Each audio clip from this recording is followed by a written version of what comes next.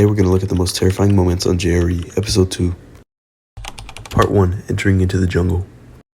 Very lost and very alone, and I was like on like day 6 or something of being lost. I don't remember. No, it wasn't that long of a solo. But I was lost and I was scared. And I was in a hammock. How did you get lost?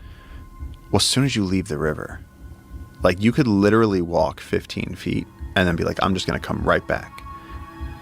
And the jungle will like Blair Witch you.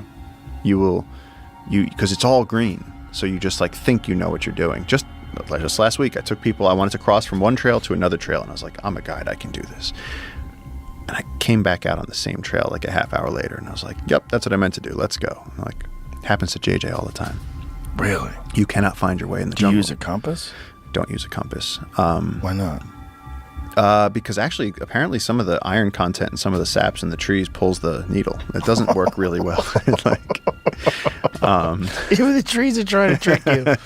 Oh my God. GPSs run out of batteries. You know, it's like you really you have to learn your bushcraft. You have to learn how to navigate in the jungle, and it's like which is pretty much you have to get just amazing at dead reckoning and remembering your course, because it's so dense that like we play with people. We go, we'll go see if you can go from here to there. And it's like they can't go there. They can't do that as soon as you leave the river. So like I had gone out on this solo, gotten lost, gotten scared, and then been like, oh shit, what if I just like into the wilded myself? What if now I'm gonna be the next kid that went and died in the Amazon? And like I like slept in the hammock, but this is like as I was learning, so I didn't realize that the hammock that I had bought had a mosquito net on top, but the back was not mosquito proof, so they could stick through. So my back was being destroyed by mosquitoes as I'm trying to sleep. And like a couple of nights of that. And so I finally fall asleep and I wake up in the middle of the night and I hear breathing right next to my face. And I like wanted to turn my headlamp on and I just hear like right here. Like I could feel her breath. And I was like 6 inches away from a jaguar's face. And she just like, and then left. And she just came in. She wanted to see what that was. She was like, you're not going to move. That's what you're not going to do. She growled like right into my ear. And then later on. Wow. And they vary in colors and the spots and everything, right? Like some of them are much darker. Yeah. Well, I mean, yeah, actually somebody recently was like, where do you see panthers? And I went on this whole thing of like, a leopard or a jaguar, just like you can have albinos. You have a melanistic one. Yeah.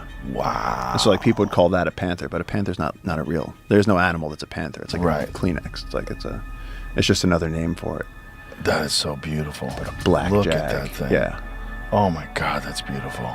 Yeah, in South India they have the black leopards. What an amazing looking animal. Look at the muscles. Yeah, it's an amazing killing machine. And so humans don't get taken out by them? I can only really speak for our region of the Amazon, but I haven't even heard a story about it. Really? Like no one. Our jags are we have like record numbers of jags. Like I think they're listed as near threatened, and we have like some of the strongest remaining jaguar populations in the world. It's incredible. And you barely see them. We barely see them. The last one I saw was 2 years ago. And some people like go their whole lives without seeing them. Really? Yeah. Well, because people walk off into the jungle and they don't realize. People, it's so funny living in the wild and seeing people show up there. And it's like people come and they're like, they smell like shampoo and cologne and bug spray and deodorant. And they're just like, if to an animal that has such better senses than we do, they might as well just have like sirens on them. And like you are this shiny, glittering foghorn of attention in the jungle, and like every animal's going to run away from you. And so people are always like, how come you go out and you see so much stuff? And it's like, I only shower in the river.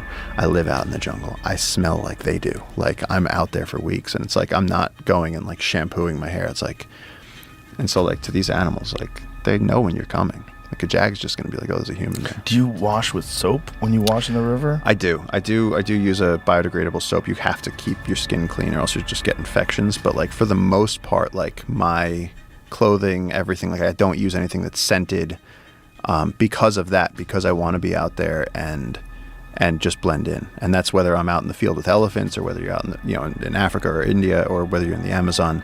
I want to be sort of like included. I want to blend in. And so like not that long ago, I was checking a camera trap and I thought it was a we had students at our research station at the time, and I heard like the leaves going like and it was like September, so the jungle was dry.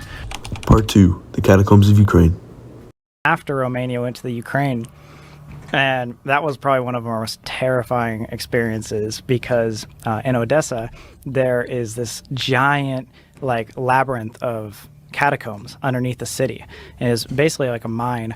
They used all the limestone from underneath to build the entire city of Odessa in Ukraine, but we had some near and run-ins of like almost dying down there. I mean, obviously you shouldn't go into the catacombs alone, but this is like one of our like exploring videos.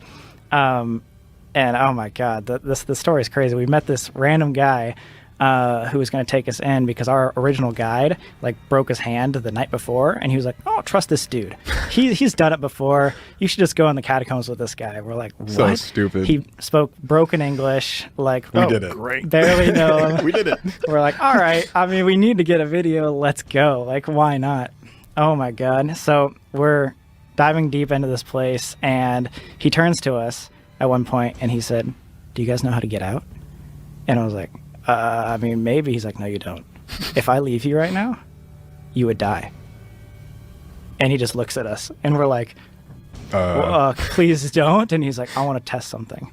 I'm going to go over there. This is a circle. You guys got to find your way back over to me, but I'm going to leave you alone."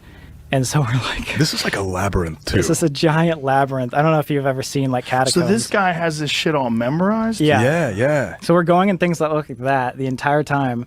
And he asks us to go in like basically a figure eight. That's him right there in the blue. And he was like, "Find me. And if you don't find me, like if I wanted to, I could leave." I mean, he was a nice guy. He wouldn't do it. But at that He's just point, letting you know. we realized at that point, oh God, like we could die right now. It was just absolutely terrifying. That all those markings on a wall was apparently a story of a guy that got trapped in there and kept seeing that like figure, that little shadow figure on the wall. And so he went crazy and wrote a ton of different things. Oh, Jesus. But what was really, really insane, I don't know exactly where this is in the video, so I'd show you, but he turns to us as we go and says, "Hey, let me walk ahead of you for this section." Like, all right, why? And he was like, "Because last week I almost got bombed here." And I was like, what does that mean? He was like, "Yeah, so me and the other guides that take people down here in this catacombs, we don't like each other, and we don't like sharing clients. So if I was able to, like kill off all the other people that were down here, then I'd get all the clientele." And I was like, what are we in here? Like, we've already been with this guy for 2 hours. And he turns, he's like, "Let me show you something." He goes behind this rock, pulls out a bomb. Like a pipe bomb. A pipe bomb. Like a little thing. With like a fuse on it. And it was like, "I found this because I almost triggered this 4 days ago. And this would have killed me instantly. And if this would have got that thing. Yeah. And it was booby trapped up there. And he said, if you guys trigger those, the walls are caving in and we're all going to die." Like, and he was being 100% serious. And so we were like, nonchalant we about thought, it. we were like, "No way that you're just joking with us." He's like, "No, if that goes off and you see another one, like, don't move at all. I will try to disarm it and we'll keep going." But the level of intensity for that night was like so beyond anything, because we're like, okay, this is not like just scary, we get lost, whatever. We could die. Yeah, So and not they're paranormal. murdering people for the guide business? For the Literally, guide yeah. business. It's crazy. Thank you to all who are still here at the end of the video. Please like and subscribe, as my channel is small and it really needs some help.